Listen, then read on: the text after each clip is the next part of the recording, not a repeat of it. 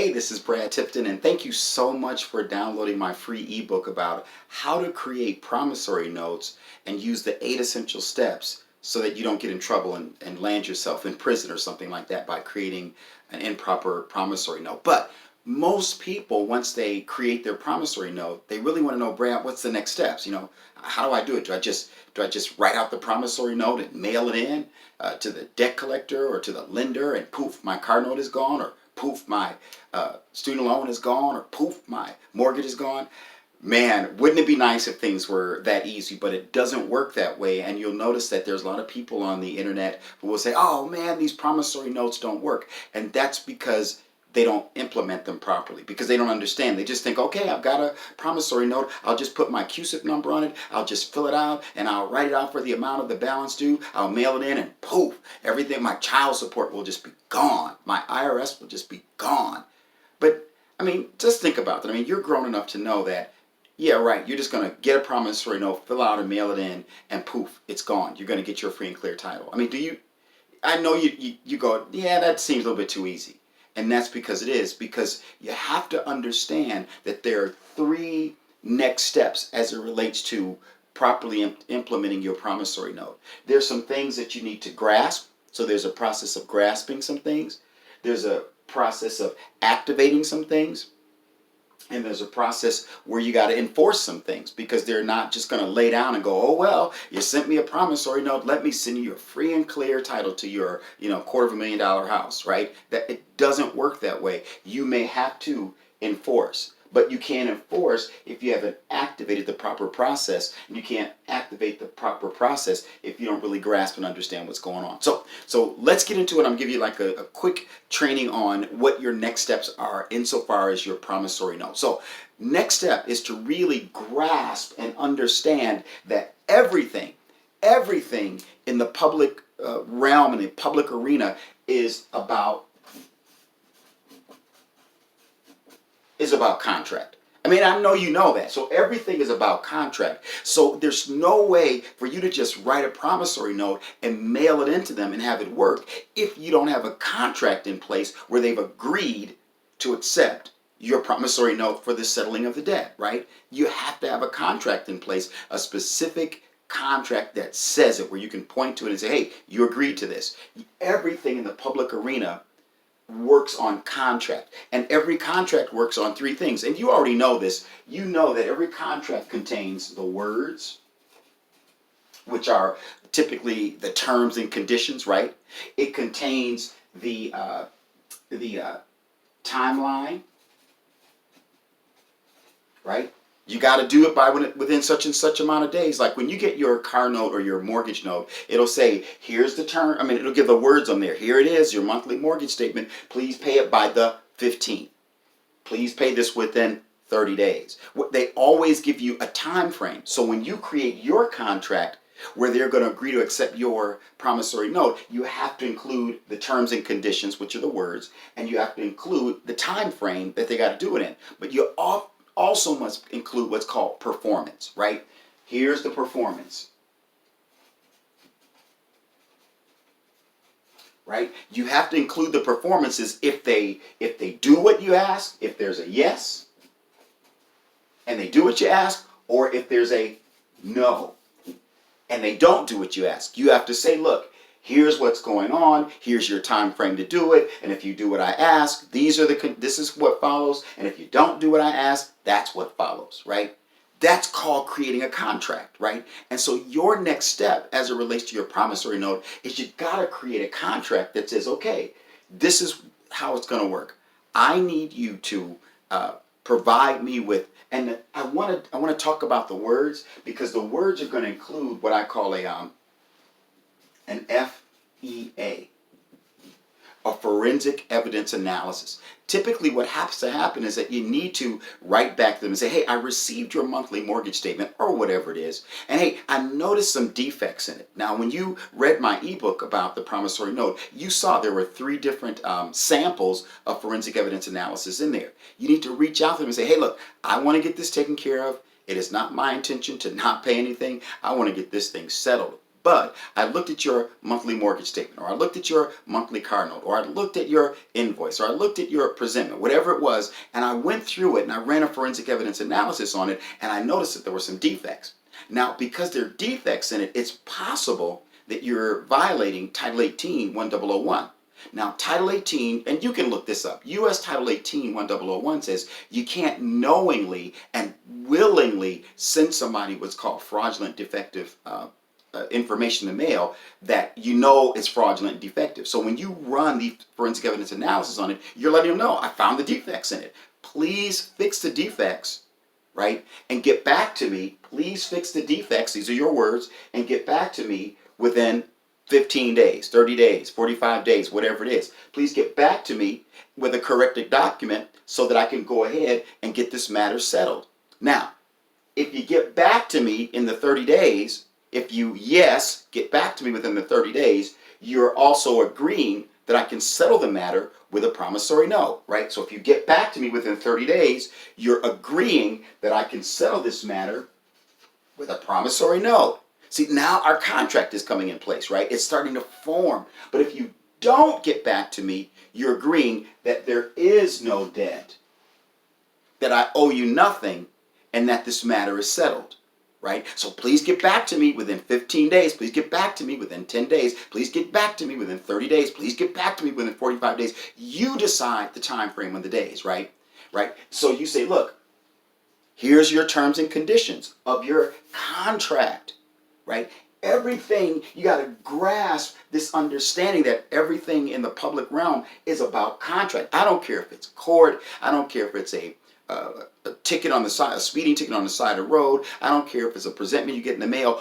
All of it is a contract. All of it is an offer and acceptance process. So you got to grasp this idea that you just can't mail a promissory note in and say, I filled it out, here's my payment. No, you have to have an express written contract in place that you've written the terms and they've agreed to the terms, right? And so that's the performance part. Yeah, here's my terms and conditions. I ran the forensic evidence analysis. Please correct it and send back to me within 15 days or whatever you do.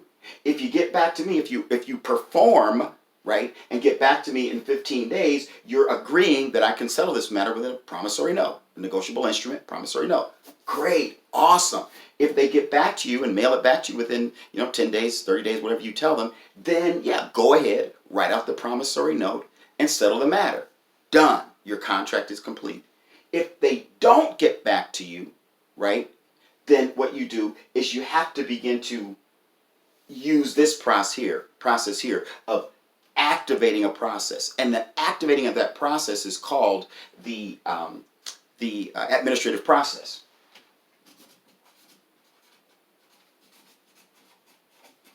Right? The administrative process. And I know you've heard about the administrative process, and many people talk about the administrative process, but many of them have no idea how to do it. There's people who are just on the internet who give information who don't have any knowledge, right? So over the last 3 years, I've worked with over 2,100 clients, right? This year, I'll hit my 3,000 client mark. And one of the basic foundational things that I do is I provide them with the tips, the tools, the strategies, the templates, the fill in the blank, right? So they can create a proper administrative process. Now, most people tell you that an administrative process is a 3-part letter, right? But that's why they doesn't work, because they don't know that there's a 4th letter that must be in place if you're ever going to enforce your promissory note or enforce the contract that you complete. So let's get to it. So in the administrative process, there's 1, 2, 3, 4 letters that you got to write. The first is what's called the conditional acceptance for value, right? That says, thanks so much for sending your presentment to me, your monthly mortgage, your invoice, your statement, your child support, whatever it is. Thank you for sending me the statement and the monthly thing. I completely accepted on the condition, the conditional acceptance, on the condition that you fix the document, because I ran a forensic evidence analysis on it, and I noticed there were some errors on it. And with the errors in there, it looks like you might be unintentionally or intentionally violating Title 18 1001, which says that you can't send fraudulent, fictitious use of language through the mail like that and kind of try to collect on me. So I need you to fix that. So I accept everything that you're saying on the condition that you fix it. And if you fix it properly and get back to me in the 30 days or 15 days, whatever you gave them, if you get back to me, yes, and provide me with the corrections, yeah, you're agreeing that I can pay you or settle this matter with a negotiable instrument, a promissory note. If you don't get back to me, you're agreeing that there is no debt, that I owe you nothing, and this matter is settled, right? So the conditional acceptance for value is the first letter, right? The second letter, and I want you to know that 99, here's the sad truth.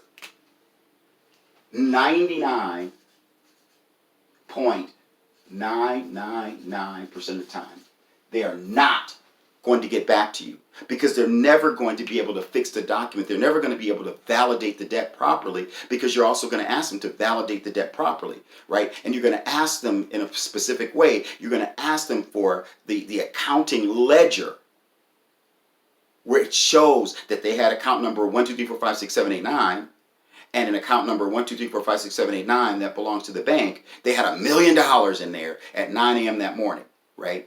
And then the accounting ledger shows that at noon, when you close on your house, that was a $500,000 house, that they loaned you the $500,000, and at the end of the day, they only had $500,000 left because they loaned you the other half. Excuse me. That's called GAAP, Generally Accepted Accounting Practices. Just like you right now, if you were to go to the ATM, right, and let's say that you have $500 in your account, and you hit the buttons properly, put your PIN number in, and say, give me $100 out, right? And assume you're using your ATM at your bank, so there's no fees or charges. So you got $500 in there at noon, and then you show up on your lunch hour and you take $100 out, and then it's going to show you your balance, $400, right? That's general accounting 1001, right? Here's the balance. You took a deduction. Here's your starting balance. You took a deduction. Here's your final balance. In the very same way, when you run your conditional acceptance and conditional acceptance of value, you're going to ask them to fix the document with the forensic evidence analysis, but you're going to also ask them, according to the Fair Debt Collections Practices Act, to provide you with the GAAP, to provide you with the accounting ledger that shows and provides proof that they actually loaned you money. Now, you know and I know they're not going to do that because it doesn't exist, because they never actually loaned you money, right? You already know that. So we're not going to go into that. That's not the purpose of this training video, but you should already know that. If you don't know that, shoot me an email and we'll talk about it, right? But the other part about it is they're not going to fix the forensic evidence analysis. They're not going to provide you with the GAAP. They're not going to provide you with that. So 99% of the time, they just ain't going to get back to you, right? So your letter says, your conditional acceptance says, I accept your offer, your presentment on the condition that you get back to me and fix the language in this conditional, in the forensic evidence analysis, and that you provide me with the GAAP, right? So if you get back to me and provide the fixing of the forensic evidence analysis, and you provide me with the GAAP, yeah, if you get back to me within 30 days or 15 days, 45 days, whatever, you're agreeing that I can settle the matter with a promissory note. If you don't get back to me with that information within the time frame provided, you're agreeing that there is no debt. I want you to know in 3 years, working with over 2,100 clients, I've never once ever had anybody respond back and correct that forensic evidence analysis or get back and provide the GAAP. Never. Right? So that lets you know it's highly unlikely that you're ever going to need a promissory note because they're never going to get back to you. Which means that, okay, they don't get back to you, that means you're over here. Right? There. If you don't get back to me, you're agreeing there is no debt. So what's going to happen is you're going to send your second letter in the administrative process that says this is the fault and opportunity. Hey, it's been 30 days, like I said, right? I didn't hear back from you. I checked the balance. It still shows that I still owe $50,000 on this loan, right? It's not set at zero. But you haven't gotten back to me, which means that you're in fault. You have faulted. And I want to give you an opportunity to get it right. In case maybe you misunderstood what was being said in my first letter. In case you got backed up or whatever the case is, you didn't understand. Let me give you, right, you faulted. Let me give you 10 more days opportunity to clean it up, right? So please get back to me within 10 days and correct this document, the forensic evidence analysis, and provide me with the GAAP. right? Let me see the account where you had $1 million in there, where you loaned me $500,000, and at the end of the day, you only had $500,000 left, according to general accepted accounting practices. So please get back to me and provide that within 10 days. If you don't now, and if you do get back to me with that, great. You're agreeing that I can settle the matter with a promissory note, which they won't get back to you. But you say, well, if you don't get back to me, you are definitely agreeing that there is no debt, that I owe you nothing, that you'll set this account balance to zero, and you'll send me my free and clear title to my car or my house or whatever the case is. So please get back to me or no. If you do, you're agreeing to the promissory note acceptance, and if you don't, you're agreeing for sure there is no debt, I owe you nothing, and you'll send me my free and clear title, right? They're not going to get back to you. Just so you know. What's going to happen is you're going to need to send the third letter in this 4-letter process, which is called the default, dishonor, and estoppel. Okay, I mailed you once. I mailed you twice. I haven't heard back at all. Therefore, you are now officially, you have accepted my contract that says that I owe you nothing. You are in default, you are in dishonor, and I'm stopping you from reaching out to me in any way regarding this bill, this debt, this presentment, because you've agreed through your non-response that I owe you nothing. By the way, according to the Fair Debt Collections Practices Act, when you ask somebody in mail within 30 days of receiving a presentment, if they don't get back to you and validate the debt according to your written request, they owe you $1,000, right? I didn't make this rule up. You can look up the FDCPA, Fair Debt Collections Practice Act, FDCPA yourself. Look it up yourself and see, don't they owe you $1,000? So you want to, with this third letter, you want to include an invoice.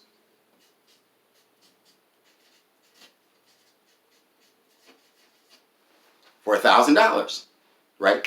And you want to include with it a copy of the Fair Debt Collections Practice Act that shows that you can charge $1,000, because you don't ever want it to come across like it's your idea. It's a federal law. You didn't make it up, right? So you're in default, you're in dishonor, you are estopped, and I've included an invoice. Please pay that invoice to me within 10 days at the address above. If you don't, I may have to pursue this matter legally. But I don't want to do that. So please get back to me, set everything to zero, and pay the invoice at the address above. I want you to know. They're not going to get back to you. They're not going to pay you $1,000. And they're not going to set your account balance to zero. So you're going to have to send the fourth letter. Now, this is the one that nobody talks about, because a lot of people, these gurus, they don't know about this letter. And there was a point where I didn't know, but now I know, and I'm sharing that with you. So your next letter is called the notice of pending suit. It's the notice of pending suit. You say, hey, I contacted you once, contacted you twice, contacted you 3 times, right? You haven't set the account balance to zero. You haven't paid my invoice. Now I got to take you to court, because now there's an open invoice that you've agreed to that you haven't paid. So now I got to take you to court. But I don't want to take you to court. I want to settle. I don't care if it's 3 cents on a dollar, 2 cents on a dollar, 5 cents on a dollar. Please contact me immediately. Let's settle this thing. I don't want to go to court. I don't want to waste the court's time. The court is important, and this is a time with COVID and everything. I don't want to bother the judges. I don't want to bother the court. So let's settle this matter, please. Get back to me within 10 days, and let's settle this matter, right? If I don't hear from you in 10 days, I may have to go ahead and pursue this thing in court, but I don't want to do that. So please get back to me, please, right? So this letter, I want you to know they're not going to respond, but this letter is the key to your enforcement, right? Because what happens is when they don't respond, they owe you $1,000. They've agreed to set the balance to zero, but they haven't done it, and they won't respond to you. It's like you're begging on bended knee. Please communicate. Please, let's settle. Please. You want the judge to have the mindset of, like, if the next step in enforcing it is to take the matter to small claims court for the $1,000, right? Because you can't have millions of dollars in small claims. You only want it to be for the $1,000. Hey, judge, they owe me $1,000. They won't pay. I've got all the receipts. I've got all the registered mail. I've got everything that shows that they've agreed to it, but they haven't paid me, judge. Please help me. I've tried to reach out. I've tried to negotiate. I've tried to connect. Maybe you can help me, judge. Please provide me summary judgment for the $1,000 and for the fact that my account hasn't been set to zero. Please provide me with summary judgment. And what summary judgment means is just go ahead and give the judgment without us having to all come to the courthouse or the courtroom. Just go ahead and have court judge in your chambers on your desk, and just go ahead and give me judgment for the $1,000 and for the zero balance on the debt on the debt that's owed, right? So here's the debt, right? On the debt that's owed. Just provide me the $1,000 because the Fair Debt Collectors Practice Act law has been broken. So judge, they broke the law. Here's a copy of the law. You include that in the small claims court case documents. And you include all this in your small claims court documents. So the judge has everything he or she needs to make the judgment without you having to come to the courtroom, right? And then you ask, since you're here, judge, and since they've agreed that there's no debt, please give me a judgment that the balance to be set to zero within 30 days. Right? Once the judge gives you the $1,000 and the balance set to zero, what will happen is you'll take that judgment and you'll mail it to two people. The customer service department at the debt collector, and say, hey, look, this is the judgment from Judge Smith, right? Judge Smith says, please set this account balance to zero, and so do that within 30 days. Otherwise, I'll report back to Judge Smith and he'll hold you in contempt. Right? Nobody's going to go to jail. Contempt is jailable. Nobody's going to go to jail. They're going to do according to the judgment. Right? The other thing is you want to contact the accounts payable department and say, hey, look, here's the judgment from Judge Smith. Please pay this $1,000 at the address above within 30 days. If you don't, I'm going to report back to Judge Smith and he or she will hold you in contempt and jail you. Some people say, oh yeah, Brad, it's not like they're going to pay. I don't know if you've ever heard of contempt. It's real, right? You don't disobey what a judge says, right? You do it. So you send it to the customer service director, you send it to the VP of accounts payable or what it is, and they will pay the debt, and this debt will go to zero. That's how it works.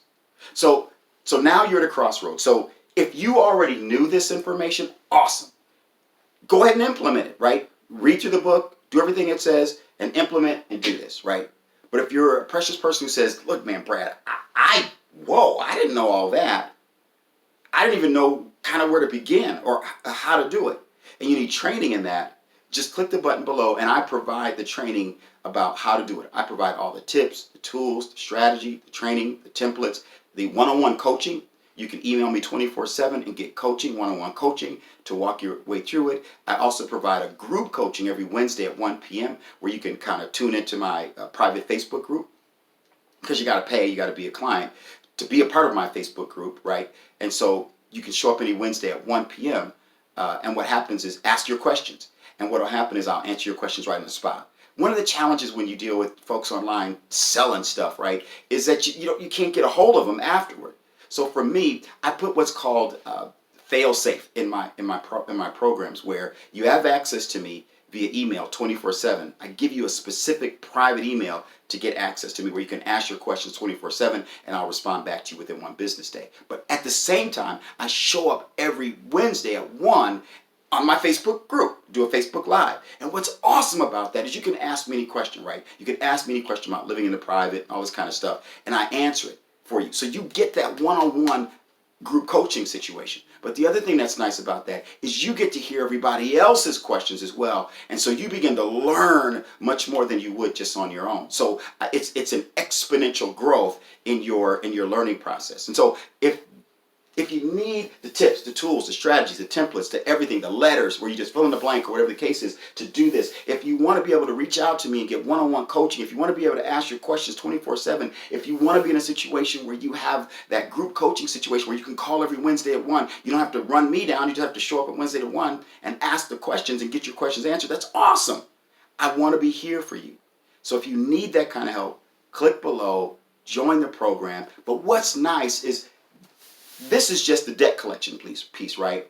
But to live in the private, you're also going to want information about how do I correct my citizenship status? How do I get on the do not detain list? How do I avoid to get on the list where they can't foreclose on me? How do I get on the list where I correct my status and I have a what's called an unending 24/7 concealed carry, right to conceal carry, right, without having to apply for it. That all goes under citizenship status correction. But also, I provide you with the tips, tools, strategy, the templates, and everything, fill in the blank to create your Live Life claim. But here's the thing.